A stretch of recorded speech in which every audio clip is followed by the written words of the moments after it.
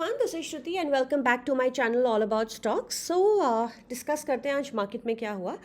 Nifty की अगर हम बात करें पिछले 6 दिन से निफ्टी में कंटिन्यूस सेल ऑफ देखने के लिए मिल रहा है। इनफैक्ट हमने ये आई थिंक अपनी वीडियो में 3 दिन पहले डिस्कस भी करा था कि 1 फरवरी से निफ्टी में हायर हाइज लग रहे थे which was a good signal for a bullish market. However 16 फरवरी से निफ्टी में लोअर लोज लग रहे हैं जो कि एक बेरिश मार्केट का सिग्नल होता है।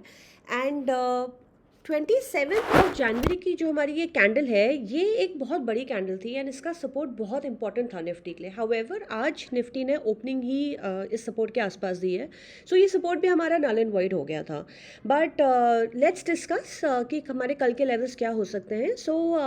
Talking about the low, in case अगर निफ्टी का आज का लो ब्रेक होता है जो कि 17,455.40 पर है, हमारा सपोर्ट 1 आएगा 17,353.40 जो कि बजट डे के कैंडल का लो है। यहाँ से निफ्टी में आइडियली ब्रेक डाउन आएगा इन केस अगर हमारा ये लो ब्रेक होता है। सपोर्ट 2 हमारा आएगा जस्ट मिनट 17 अक्टूबर की कैंडल का लो विच इज़ एट 17,098.55 एंड उसके बाद हमारा सपोर्ट 3 आएगा इस वाली कैंडल का लो 11 अक्टूबर जो कि 16,950.30 पर है बिकॉज यहाँ पे हमारे मल्टीपल सपोर्ट्स हैं।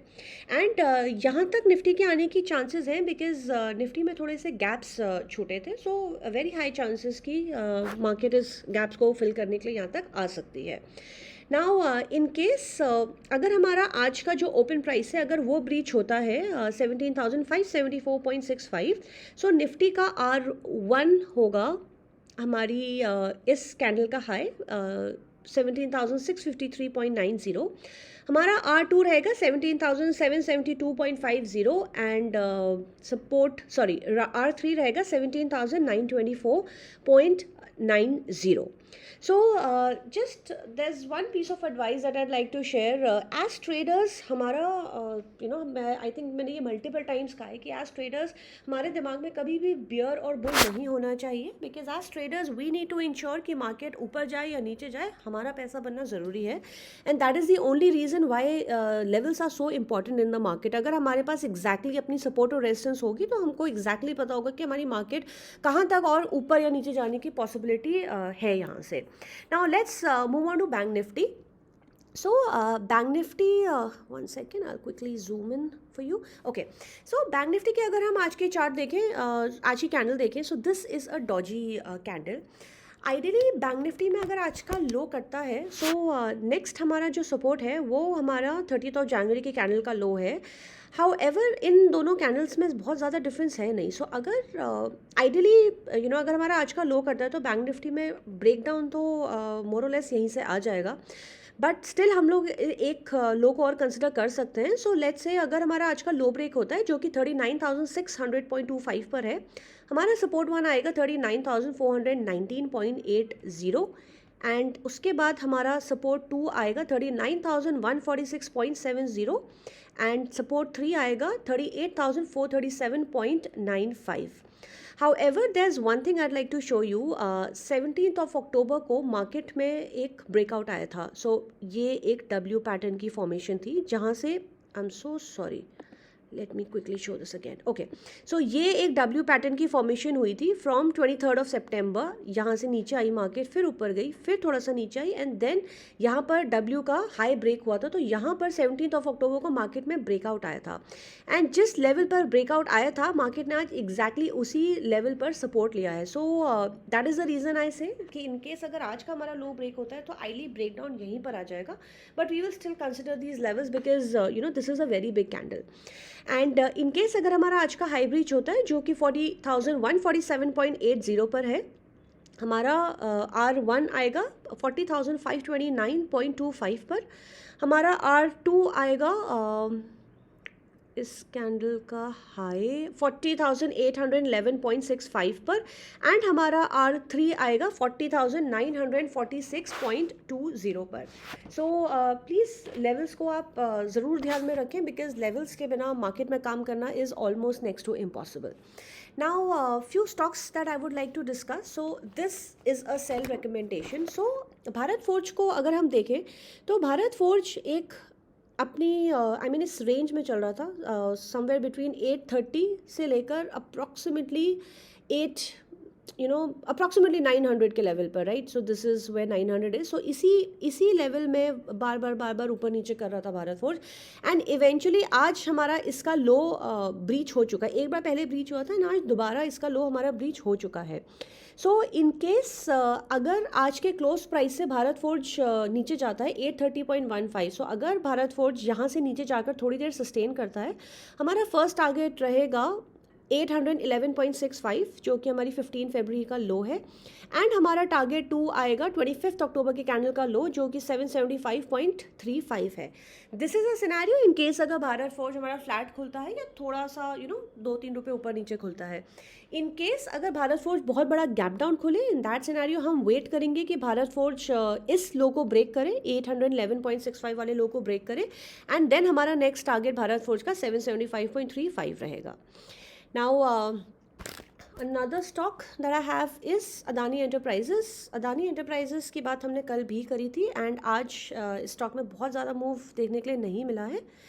इनफैक्ट आज अदानी एंटरप्राइज ने एक डॉजी कैंडल बनाई है. सो अगेन अगर हमारा आज का लो ब्रेक होता है which is a 1350, we can sell Adani enterprises for this target 1017.45, जो कि हमारी 3rd फरवरी के कैंडल का लो है. Now I have one more stock, ITC. So ITC pretty much it's one of the most famous shares. So anyway, so IT की अगर हम बात करें, so IT में एक फ्लैग पैटर्न का ब्रेकआउट दिया था ITC ने. इनफैक्ट मार्केट का सेंटिमेंट बहुत पॉजिटिव नहीं भी है, बट स्टिल ITC ने एक नया 52 वीक हाई बनाया है आज. एंड हाउएवर ITC में एक इन्वर्टेड हैमर बना है. सो this is what an inverted hammer looks like. Top पे जाकर इन्वर्टेड हैमर बनाया है. सो हमने ये हमेशा बताया है कि इन्वर्टेड हैमर जब भी बनता है आइडियली वहाँ पर एक सेल सिग्नल जनरेट होता है. बट क्योंकि ये एक फ्लैग पैटर्न का ब्रेकआउट है ITC में, एक फ्लैग पैटर्न का, so this is what a flag looks like. ये फ्लैग का डंडा है and this is the cloth of the flag. So अगर फ्लैग पैटर्न में कभी भी इन्वर्टेड हैमर बनता है वहाँ पर हम सेल नहीं करते हैं. उसके मल्टीपल रीजन है. बिकॉज वन, फ्लैग पैटर्न एक बहुत स्ट्रॉन्ग पैटर्न कंसिडर किया जाता है for a breakout. Second, ITC ने आज नया फ्रेश 52 वीक हाई लगाया है. So that is the reason हम इसमें सेल नहीं करेंगे इवन इफ अगर हमारा ये नीचे भी आता है. सो आइडियली ये स्टॉक अपने ब्लू स्काई टेरिटरी में अभी ट्रेड कर रहा है and this is ideally a buy on every dip. However in case अगर हमारा आज का हाई कटता है, आई एम सॉरी, अगर हमारा 6 फरवरी का अगर हाई करता है 388, सो अगर 388 कटने के बाद अगर 15 मिनट्स की कैंडल ITC में सस्टेन करती है, so in that scenario we can definitely buy ITC. Now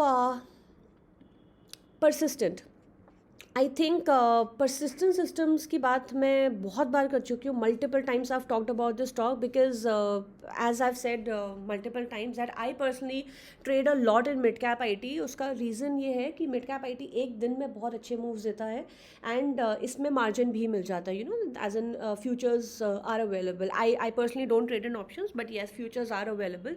small cap ITs भी मूव दे देते हैं बट स्मॉल कैप ITs का फ्यूचर नहीं मिलता. सो एनीवे, सो परसिस्टेंट की अगर हम बात करें, सो परसिस्टेंट ने अपना 52 वीक हाई ब्रीच करा एंड तब से ये अपने हायर लेवल्स पर ही कंसोलिडेट कर रहा है. सो परसिस्टेंट अगर 1 सेकेंड, यस, सो अगर परसिस्टेंट हमारा आज के हाई के ऊपर निकलता है which is at 5073, so Persistent का हमारा पोजिशनल टारगेट भी है, इंट्रा डे का टारगेट भी है. सो हमारा पोजिशनल टारगेट परसिस्टेंट का है 6158.89. एंड इन केस अगर आज के क्लोज प्राइस से परसिस्टेंट ऊपर जाता है 4971 से, सो इन दैट सिनेरियो एक्चुअली 4971 नहीं, हम इसको 4985 ही कंसिडर करेंगे. सो इन दैट सिनेरियो हमारा टारगेट 1 रहेगा इसका 5073.85, इंट्रा डे टारगेट है ये. एंड हमारा इसका टारगेट 2 रहेगा 5135. So these 2 are for intraday targets and 6158 हमारा पोजिशनल टारगेट है परसिस्टेंट का.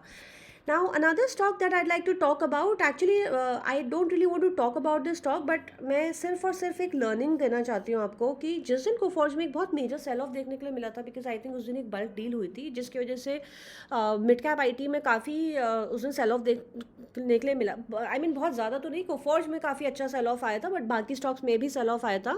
एंड हमने उस दिन ये प्रिसाइजली अपने वीडियो में बोला था कि हम यहाँ से कोफोर्ज को सेल नहीं करेंगे, इवन दो इसमें एक बहुत अच्छा सेल ऑफ देखने के लिए मिला था। उसका रीज़न ये था बिकॉज कोफोर्ज का स्ट्रक्चर बहुत पॉजिटिव है, एंड जब भी किसी स्टॉक का स्ट्रक्चर बहुत पॉजिटिव होता है, इट इज़ एडवाइजेबल कि जस्ट एक न्यूज़ पर हम उस स्टॉक को सेल ना करें। And you know, right after we said this thing that हम कोफोर्ज को अभी सेल नहीं करेंगे, वी कैन क्लियरली सी कि कोफोर्ज में उसके बाद रोज़ हायर हाइज ही बन रहे हैं। इनफैक्ट बहुत अच्छा मूव ऑलरेडी देखने के लिए मिला है हमें कोफोर्ज में।